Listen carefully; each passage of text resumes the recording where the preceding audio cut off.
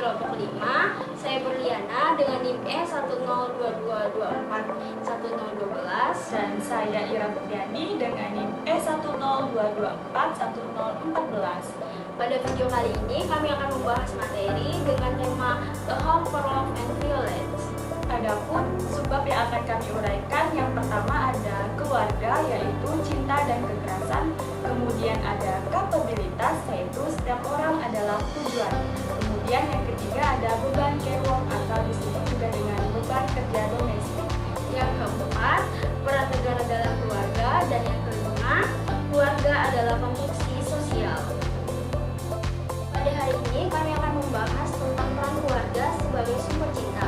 Namun tidak hanya sebagai sumber cinta, keluarga juga berpotensi terjadinya kekerasan. Kami akan mengupas sebab yang ada di mainan ini, mulai dari struktur keluarga, peran gender, hingga campur tangan negara dan beban kerja domestik. Berikut adalah magnet yang akan kami gunakan untuk menjelaskan seluruh rangkaian materi kita kali ini. Melalui mind map ini, teman-teman bisa melihat kelima subbab dan keterkaitannya dengan tema besar kita, yaitu A Home for Love and Violence. Cabang pertama yang akan saya bahas adalah keluarga, cinta, dan kekerasan. Seperti yang kita ketahui, keluarga umumnya dianggap sebagai tempat untuk mendapatkan kasih sayang dan perlindungan yang aman. Namun, kenyataannya keluarga juga bisa menjadi sumber terjadinya kekerasan. Misalnya, kekerasan dalam keluarga yang sering terjadi pada perempuan dan anak-anak. Analogi sederhananya seperti dua sisi mata uang. Di salah satu sisi adalah cinta dan di sisi lain adalah kekerasan. Ini terjadi karena relasi di dalam keluarga yang masih kuat dan sering tidak sehat. Data Komnas Perempuan mencatat kasus KDRT masih tinggi pada setiap tahunnya. Kasus ini sering luput dari penanganan karena dianggap urusan privat. Pernahkah kalian berpikir mengapa kekerasan dalam keluarga sulit untuk dihapuskan dan apakah cukup dengan aturan hukum? Keluarga merupakan fondasi masyarakat yang sangat jelas berpengaruh untuk membentuk karakter bagi generasi selanjutnya. Karena masalah di keluarga ini, kita harus memastikan setiap anggota keluarga memiliki hak dan kesempatan yang sama untuk berkembang. Selanjutnya, cabang yang kedua yaitu kapabilitas. Setiap orang adalah tujuan. Konsep kapabilitas diperkenalkan oleh Amartya Sen dan Martha Nussbaum, menekankan bahwa ukuran kesejahteraan seseorang bukan soal pendapatan, namun soal kesempatan bagi setiap orang untuk berkembang. Dalam konteks pembangunan, setiap anggota keluarga berhak untuk mendapatkan akses yang sama di pendidikan, kesehatan, dan partisipasi. Misalnya PKH atau Program Keluarga Harapan. Ini sangat relevan karena melalui bantuan sosial bersyarat, keluarga kurang mampu didorong anak-anaknya untuk mendapatkan pendidikan dan fasilitas kesehatan, sehingga membangun kapabilitas anggota keluarga. Bagaimana jika di dalam keluarga perempuan tidak diberi kesempatan untuk menempuh pendidikan? Maka kapabilitas mereka akan terbatas dan peluang mereka untuk berkontribusi di masyarakat akan berkurang. Pendekatan kapabilitas inilah yang sangat penting karena dalam pembangunan kualitas hidup seseorang sangat dipengaruhi peluang mereka mengembangkan potensi secara bebas. Selanjutnya, cabang ketiga yang akan saya bahas yaitu mengenai beban care work. Bisa kita lihat bersama melalui mind map ini. Nah, care work itu pekerjaan domestik atau pekerjaan merawat keluarga seperti mengasuh anak, memasak, maupun membersihkan rumah.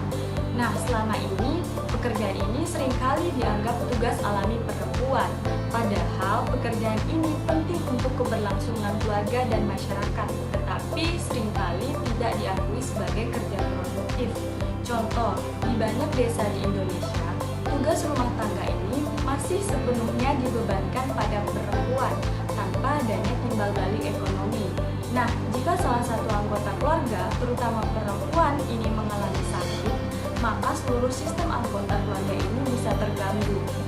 Nah, coba kita bayangkan betapa banyak waktu dan tenaga perempuan di Indonesia hanya untuk dihabiskan untuk pekerjaan rumah tangga saja, tetapi seringkali tidak dihargai. Jika care work ini diakui negara, mungkin kita sebagai perempuan lebih banyak waktu dan energi untuk belajar, bekerja, maupun ikut berpartisipasi dalam pembangunan masyarakat.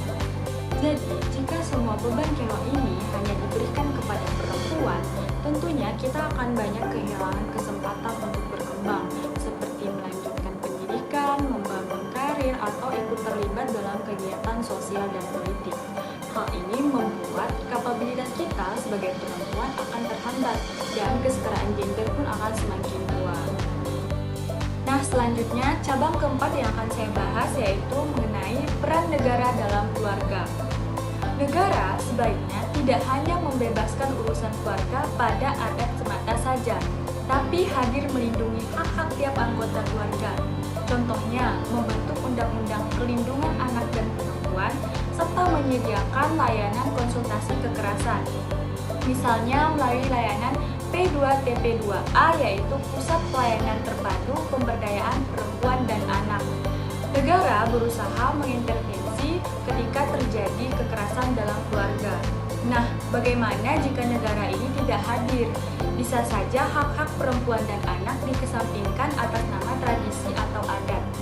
Negara juga perlu menyediakan edukasi dan perlindungan agar keluarga tidak menjadi ruang yang menekan pada anggota yang lemah. Dan yang terakhir, cabang kelima yang akan saya bahas yaitu mengenai keluarga sebagai konstruksi sosial. Keluarga sebenarnya bukan hanya urusan privat, tapi juga sebagai produk konstruksi sosial, di mana nilai, norma, dan praktik dalam keluarga sangat dipengaruhi oleh budaya, agama, dan ekonomi atau sistem hukum di masyarakat. Analogi sederhananya seperti bentuk rumah yang berbeda-beda sesuai dengan tradisi lokal. Begitu juga bentuk keluarga bisa berubah seiring waktu dan lingkungan. Contoh, saat nilai kesetaraan gender diterima, pembagian peran di rumah pun ikut berubah. Tidak lagi hanya perempuan yang mengasuh anak, tapi juga laki-laki sangat bisa terlibat.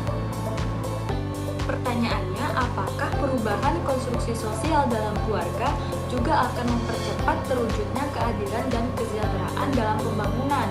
Karena jika rumah berubah, maka seluruh masyarakat pun ikut berubah ke arah yang lebih adil. Jadi, dapat kita simpulkan dari apa yang telah kami sampaikan tadi, bahwa keluarga bisa menjadi tempat munculnya kasih sayang, namun juga bisa menjadi ruang terjadinya kekerasan. Setiap anggota keluarga memiliki kesempatan yang sama untuk berkembang. Pekerjaan keluarga atau care work juga perlu untuk dihargai. Negara berperan penting dalam memberikan perlindungan dan keadilan bagi semua anggota keluarga.